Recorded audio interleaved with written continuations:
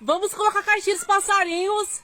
Hoje vamos colocar banana, mamão, melão, goiaba, pocã, kiwi, morango, tenebro, granulado de banana, picharro jabuticaba, mistura oleosa para sabiá, mistura para sanhaço, vitamina amarela, quirela, água e um bebedouro para os colibri. Agora eu vou deixar a câmera aqui pra gente ver os passarinhos que vão aparecer nessa caixinha.